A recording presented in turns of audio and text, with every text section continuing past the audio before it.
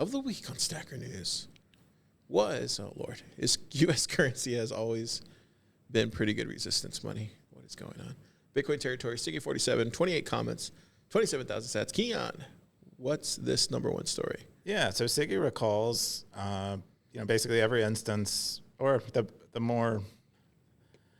more interesting instances where he's seen a cash economy throughout his life, having been an attorney, having dealt with or having defended many clients who were using cash, and how good it was as a resistance money because it is untraceable. It reminds me of, I know both Peter Todd and Brian Bishop are fond of saying cash is like the most cypherpunk money because of how anonymous it is. It really is a fantastic.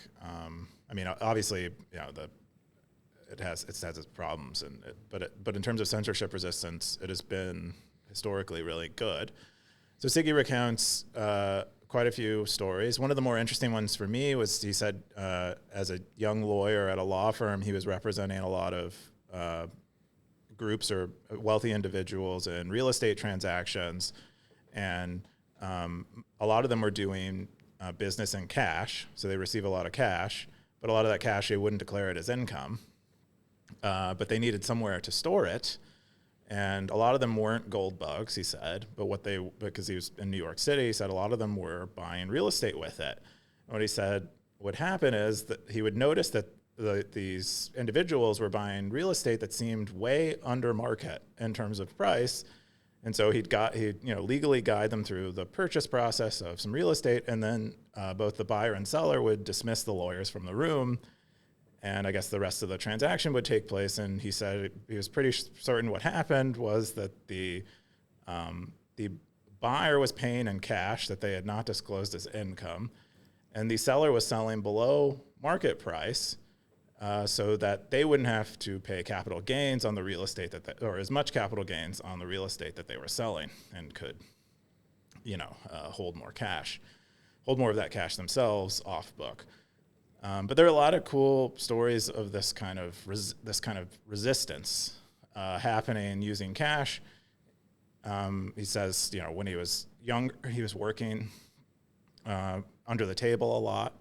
Who's Siggy? Yeah, because what would happen is let's say you ran a deli, you need a deli boy to deliver meat or whatever, and you pay him in cash. So your customers are giving you cash. You pay your deli boy in cash. You don't report that income, and neither does the deli boy. So neither of you you getting the cash isn't getting taxed. The deli boy's income isn't getting taxed. It's like kind of a win-win. You're kind of bypassing the government. He says this has become a little less common, he thinks, because of the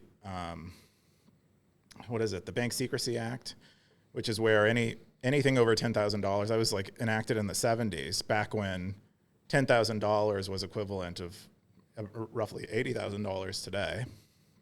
But that tends to make dealing in cash a little different because it has to get reported now, and of course there's a lot other types of surveillance that are going on. Anyway, really good dive into cash. I maybe could have guessed that some of this stuff had happened, but I didn't know the details of it. It was really nice to see it kind of laid out. It's kind of interesting the way he explained it. It really does make you take into account maybe some of these. Man, I feel weird saying this, but maybe some of these things are there because of prior happenings in the past, and maybe that's why we are where we're at. It's this is why we can't have nice things, But at the same time, it's do we want to be governed harder? No. I mean, maybe if we want to make our money more resistant. I'm sorry, Plepo, would you have a... Well, just what you said, history is a circle kind of thing. We got hard cash because we were afraid of government control before. Now we just need a new version of that's digital, so that's what we have. So he references this book too as well. That's a good point. Yeah. Okay. Have you read that one, Teresa? Resistance Money? Was this one of those ones that a stacker was recently outed as an editor on? No, Or that was Broken Money? that was Broken Money. Okay. This one came out about a year later after Broken Money and is written by, Okay. probably I would say 6 months ago or so it came out. But it is it's more of a philosophic undertaking where they spend more time on the resistance aspect of it. So is there like a whole chapter on communism? I doubt it. I would guess I think their intent is to be politically neutral with it. I think some of the more popular Bitcoin books do have I think a little bit of a political slant and are kind of prescriptive on what government should be doing. So this doesn't take a slant on government, is what you're saying? I would guess it doesn't. Yeah, I would guess it does say that money sometimes seize money. Yeah. Looks like it's trying to be like Neutrality is yeah. yeah. Interesting. But I know Siggy's been talking about this for a while, right? I think Siggy finished reading the book a few months ago. Is my memory. We've seen a of it. couple posts from him on this. But there's probably lots of great angles in this book that we don't see taken in other places, given the author's backgrounds. Yeah.